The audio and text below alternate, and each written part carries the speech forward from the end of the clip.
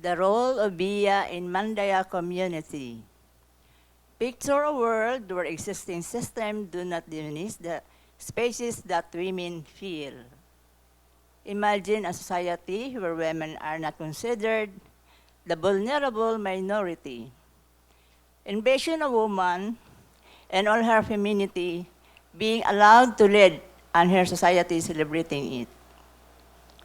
For most of you, this might seem too good to be true. A world where the glass ceiling does not exist, where femininity is seen as a powerful thing, where women could proudly take a leadership position and be celebrated by her community for it. Too unrealistic, too impossible, you might think. But what if I told you that in one of the indigenous people tribe in Tagum City, this community does exist, and that community is the Mandaya community, my community. The Mandaya tribe is one of the prominent tribes in Davao region. Originally, the Mandaya hails from Davao Oriental and portion of Davao del Norte. But due to historical events that happened in the past, most likely during the pre-war and the post-war era, some of the Mandayas have migrated and resettled in different areas. Mandaya is derived from the words man, which means human, and daya, which means upstream. This only makes sense because most of the Mandaya communities in Tagum were settled near rivers or streams like Eho River, which holds stories upon stories of our ancestors. In Davao del Norte, almost every municipality and city is populated with Mandaya, especially in Tagum.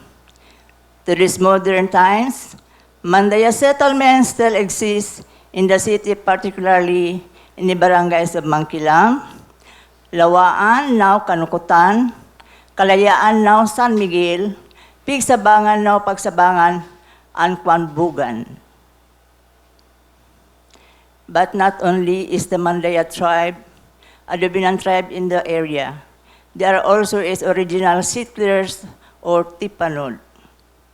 In fact, anthropological John M. Garban described the Mandaya tribe as aggressive fighters who allied with the Magindanaos to initiate attacks against the Spaniards to throw them from the East Coast. In the olden times, the cultural community of Tagum, specifically the Mandaya tribe, was known to have powerful leaders from the men of the tribe. On the other hand, the role of Mandaya women in the olden times was limited, but was equally important in the community. Before, the title Bia refers to the wife of the Dato, or the tribal chieftain, but in the present times, Bia is now the title of a Mandaya Woman Tribal Chieftain, hence going equal footing to the women of the tribe.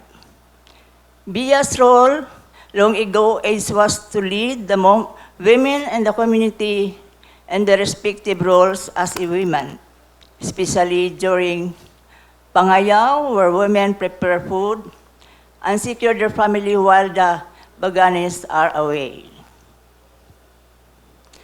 The women, also known as Kaubayan, are as significant as the other members of the tribe. They serve and assist the Bia. They run errands during community activities, and they also help in farming activities like foraging in order to aid their livelihood.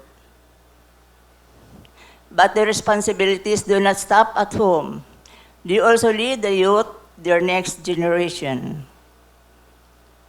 They persuade calmness to raise of the men in their community. Through their responsibilities are not exactly the same as men, they were given an important place in the community. Today, Mandaya women are all worthy to be empowered just like any other woman leader in the modern society. The title Bia is now given equally to a woman leader who hails from the Mandaya royalty through blood succession. Yes, heard it right. A Mandaya woman could be a tribal chieftain.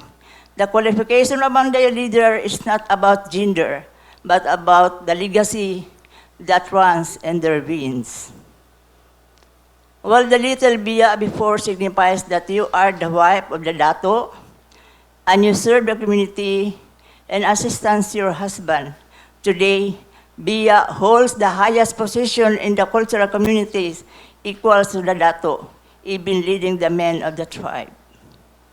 In this modern era, women of the cultural communities, specifically of the Mandaya, are being empowered and given equal status in the community.